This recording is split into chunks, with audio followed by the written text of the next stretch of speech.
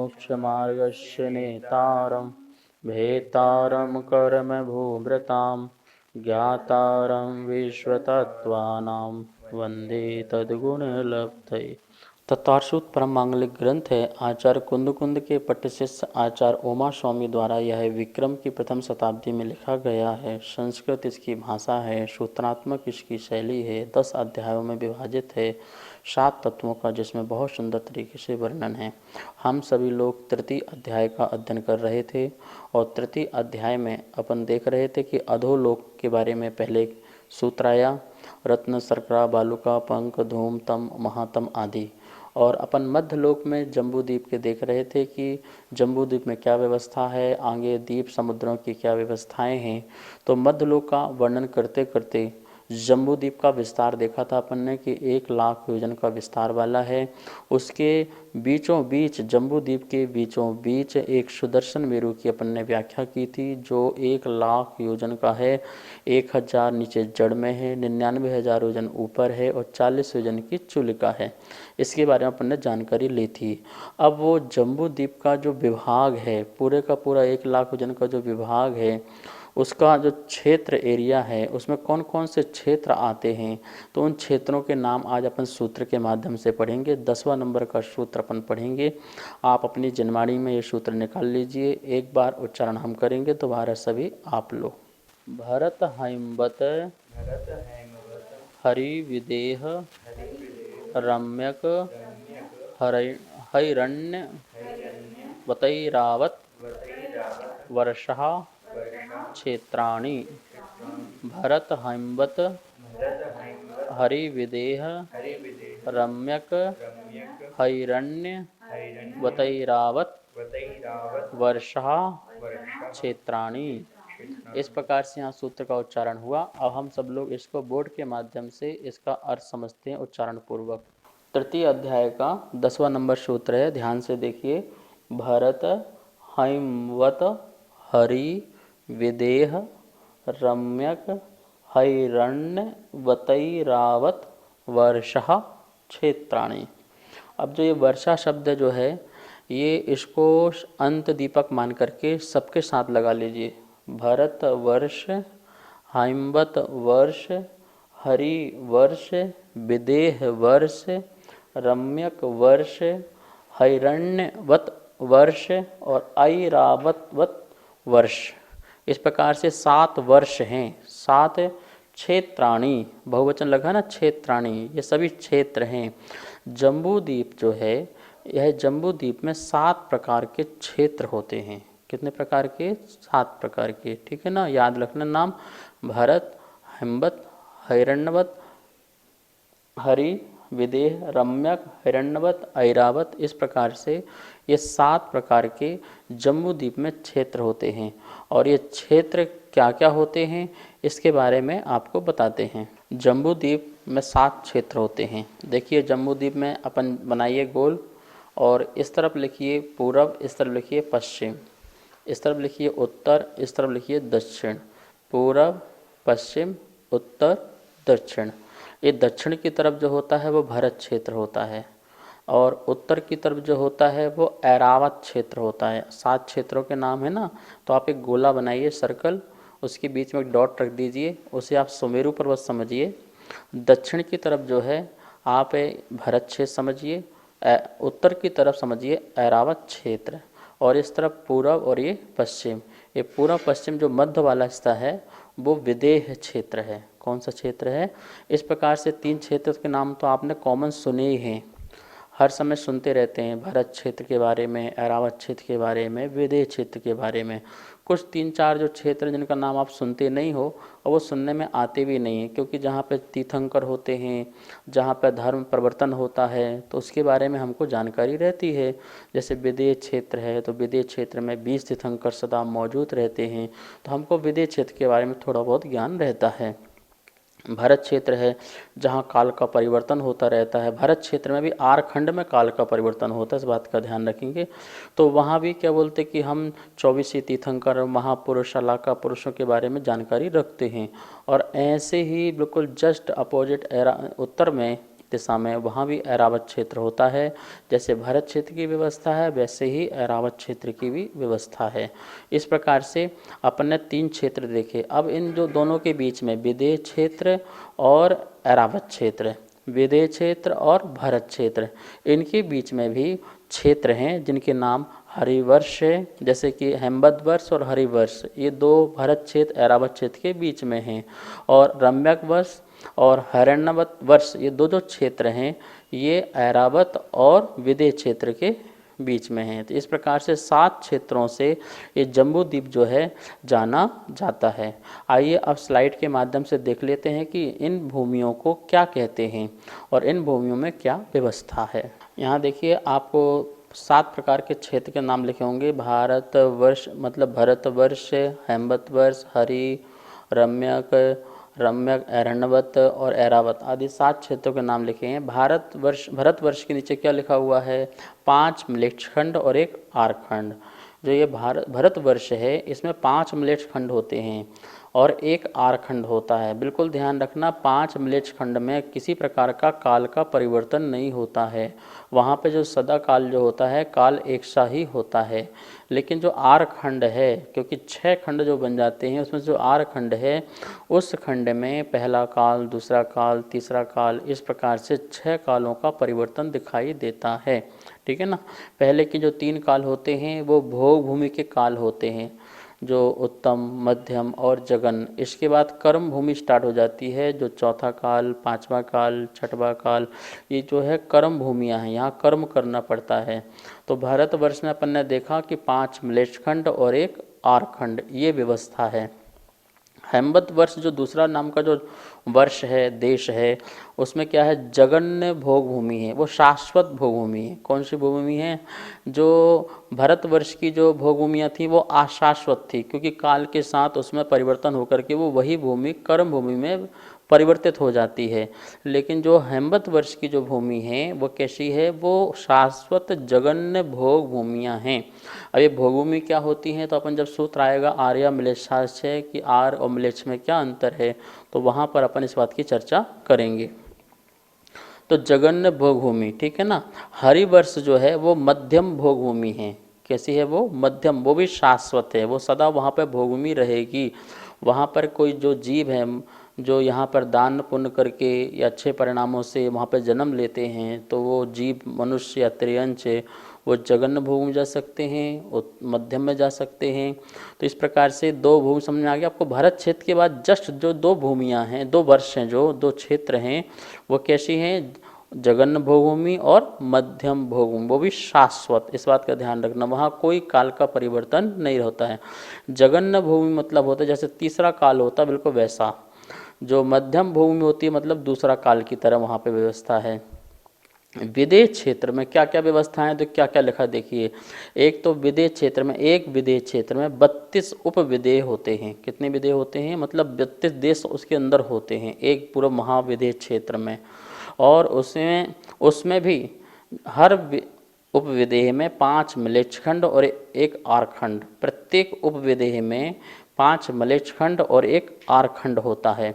और इसी में ही जो मेरू पर्वत के पास जो है भूमि है, दोनों तरफ, उत्तर तरफ और दक्षिण तरफ, वो उत्कृष्ट भोग भूमि होती है। कौन सी भूमि होती है? उत्कृष्ट। तो आपने देखा, मध्यम भी जान लिया आपने, जगन्य भी जान लिया और उत्कृष्ट भोग भूमि जान ली। मतलब ये शाश्वत भोग भूमि होती हैं, ठीक है ना। महाविदेह शाश्वत भोग भूमि होती, वो नहीं कह रहे, उसमें तो बता दिया 5 मलेच्छखंड और 1 आरखंड। और वहाँ के आरखंड में सदा ही चौथर्थ काल चलता है, चौथा काल चलता है। वहाँ भी कोई काल का परिवर्तन नहीं होता, वहाँ हमेशा चौथा काल ही रहता है।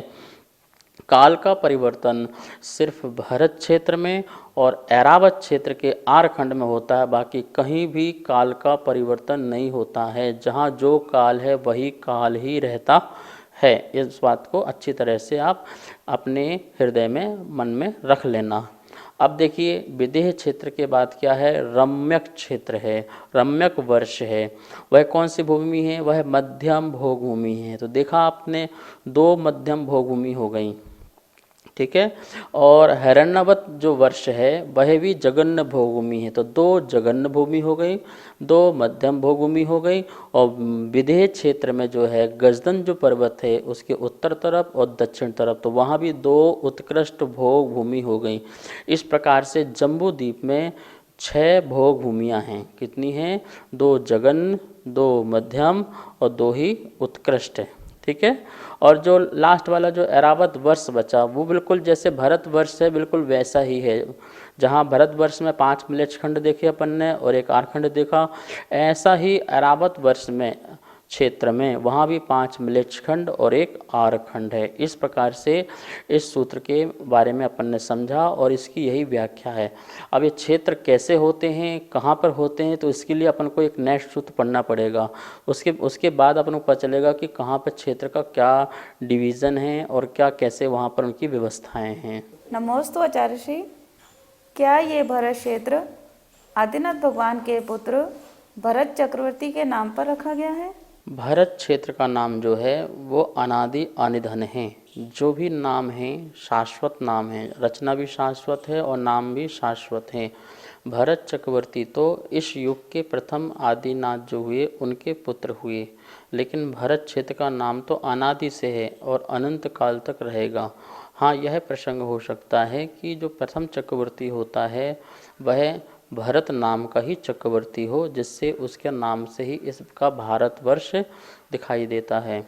और शिलालेखों में भी जो है बात मिली भरयो वर्षो, भरतवर्ष ऐसा मिला, इसलिए इस देश का नाम भी भारतवर्ष पड़ा। लेकिन जो भरत क्षेत्र है वो नाम जो है शाश्वत नाम है।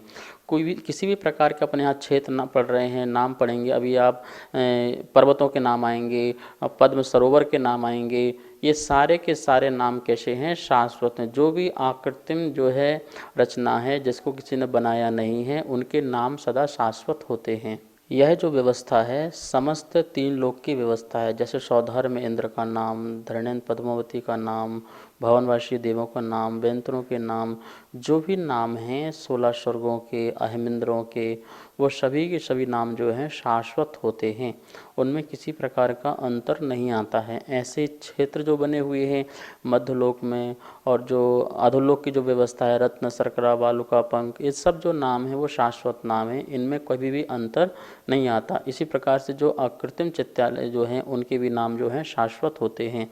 इस प्रकार से अपन यहाँ पर ये बात समझें कि यह जो भरत क्षेत्र का जो नाम है वो भरत चक्रवर्ती से नहीं है, अपितु यह नाम जो है अकृत्रिम है और शाश्वत है।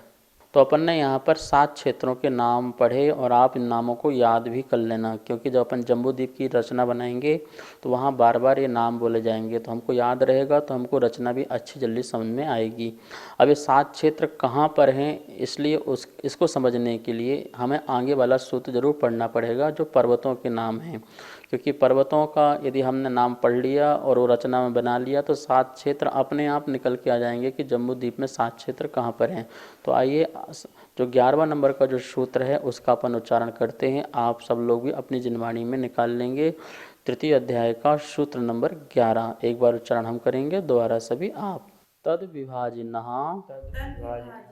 पूर्वापरायता हिमवन महाहिमवन निषद नील रुक्मी शिखरिणो वर्षधर पर्वतः तद्विभाजिनः पूर्वापरायता हिमवन महाहिमवन निषद नील रुक्मी शिखरिणो वर्षधर पर्वतः।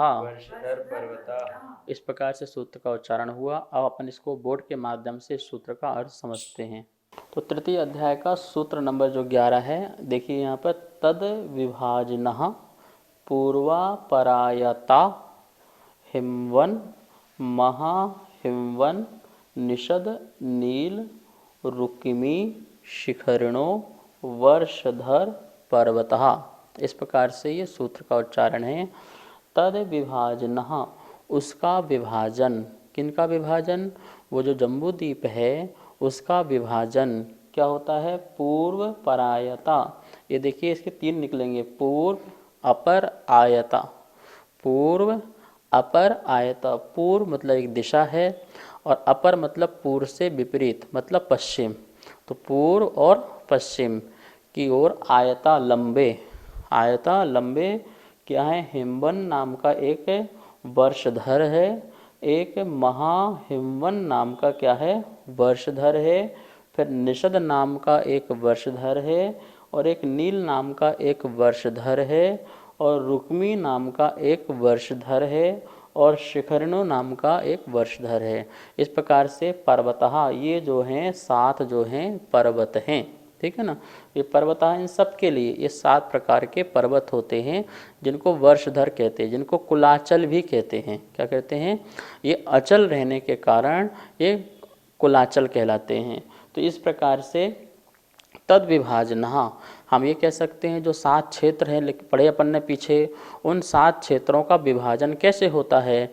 तो उन 7 क्षेत्रों का भरत, हेमवत, हरि, विदेह आदि जो हैं उन 7 क्षेत्रों का विभाजन, डिवीज़न किस चीज़ के आधार से होता है, तो इन 7 पर्वतों के आधार से होता है। फिर देखिए पहला है हिमवन, महाहिमवन, निषद, नील, रुक्मी, शिखरणो।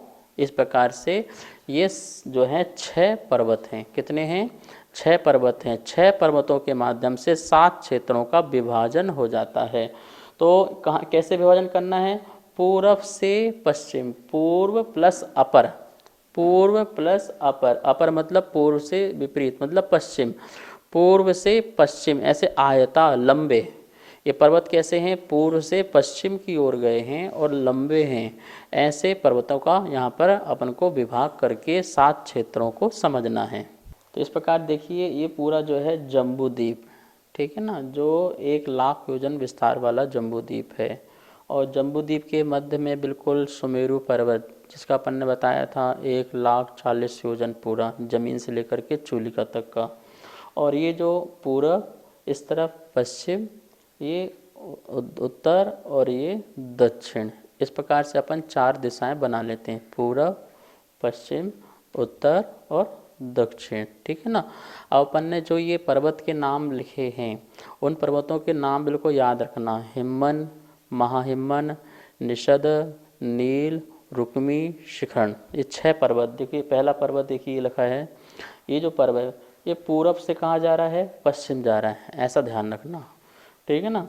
तो ये उत्तर से दक्षिण नहीं आ रहा, ये दक्षिण से उत्तर नहीं जा रहा, एक दिशा से दूसरा। अपन ऐसा भी कह सकते हैं पश्चिम से पूरब या पूरब से पश्चिम, लेकिन उत्तर से दक्षिण, दक्षिण से उत्तर, ऐसा डिवीजन नहीं है, ठीक है ना।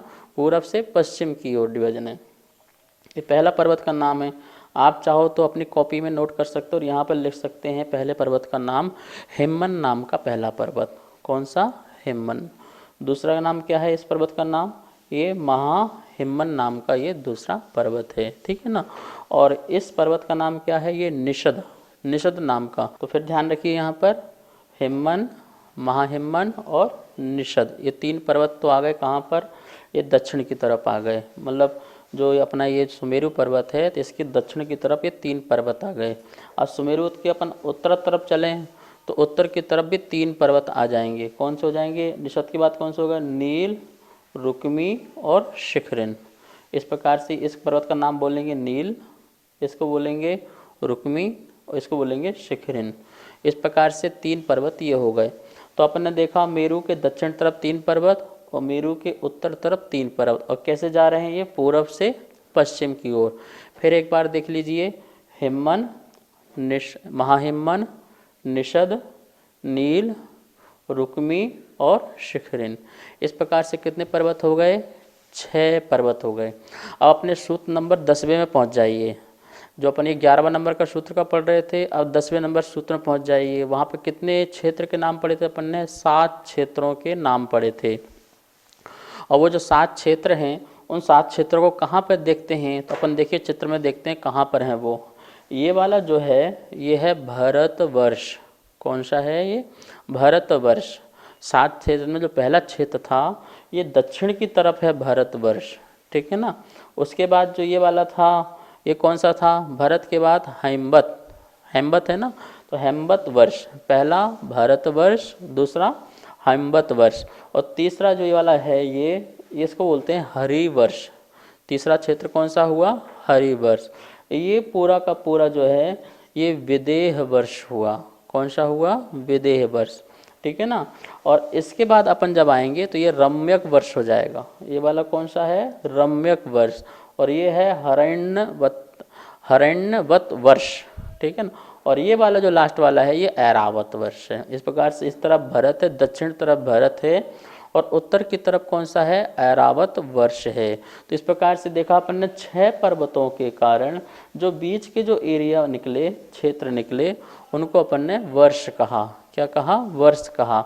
तो 6 पर्वत के कारण 7 जगह अपन को खाली स्थान मिले और वो जो खाली स्थान हैं वो क्षेत्र के नाम हैं। किसके नाम हैं? भरत, हिमवत, हरि, विदेह और यहाँ रम्यक, हरण्यवत और ऐरावत वर्ष। इस प्रकार से अपन ने ये 7 क्षेत्र जान लिए। 10वें नंबर सूत्र का अपन ने भी यहाँ देख लिया क्षेत्र कहाँ पर है। 11वें नंबर के सूत्र से भी अपन ने देख लिया कि ये जो क्षेत्र, ये पर्वत हैं वो कैसे हैं और कहाँ से कहाँ तक जा रहे हैं, किस दिशा से जा रहे हैं। तो इस प्रकार से आप अपनी कॉपी में एक एक ड्राइंग बनाते जाइए। पहले गोल बनाइए, उसका नाम दीजिए जम्बूद्वीप, और फिर उसके बीच में एक डॉट रखिए, उसका नाम दीजिए सुदर्शन मेरू, क्योंकि जम्बूद्वीप का जो मेरू का नाम है वो सुदर्शन है, ठीक है ना। उसका नाम दीजिए सुदर्शन। और फिर जो अपन ने 11वां नंबर का सूत्र पढ़ा है उसको सूत्र के अनुसार आप 6 पर्वत बना दीजिए। 3 पर्वत इस तरफ, 3 पर्वत उस तरफ, अपनी ड्राइंग में बनाते जाइए।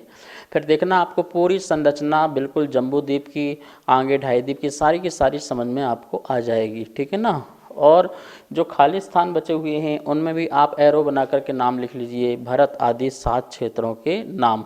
तो इस प्रकार से यहाँ पर अपन ने देखा जम्बूद्वीप, सुमेरु पर्वत, 6 पर्वत और उसमें 7 क्षेत्रों के नाम।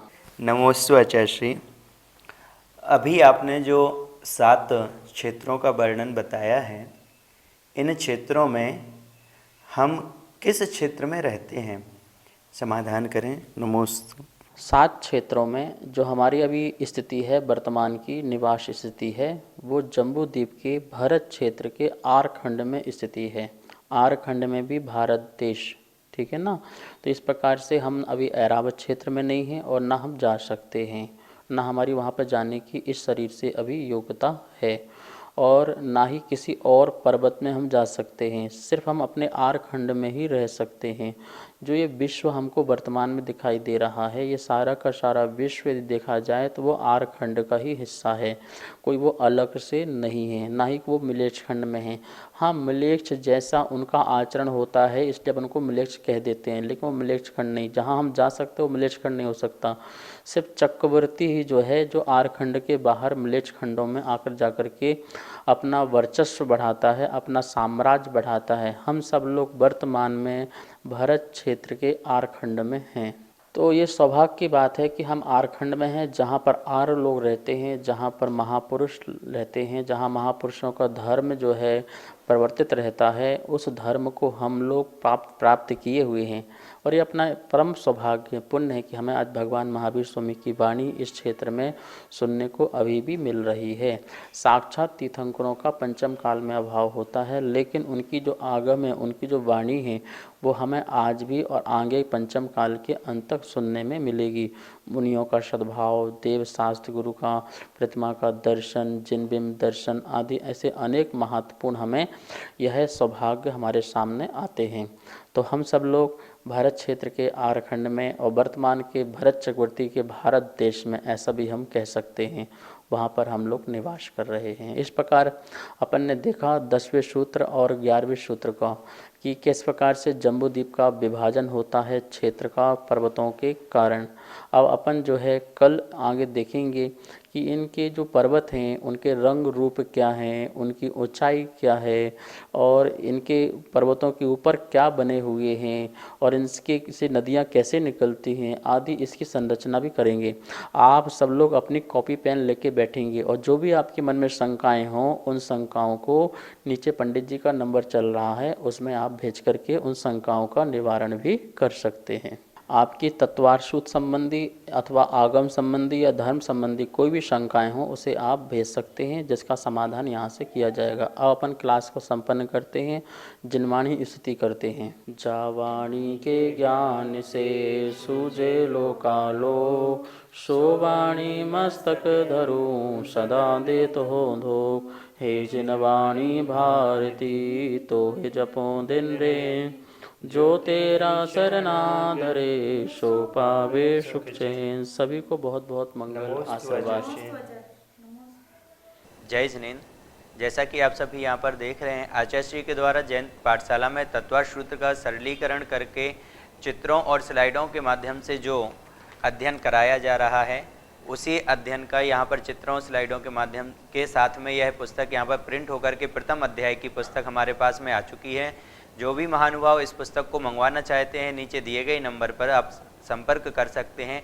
एवं यदि कोई महानुभाव अगले अध्याय, द्वितीय, तृतीय आदि अध्यायों की यदि पुस्तक छपवाना चाहते हैं, उनके भाव बन रहे हैं, तो भी नीचे दिए गए नंबरों पर संपर्क कर सकते हैं।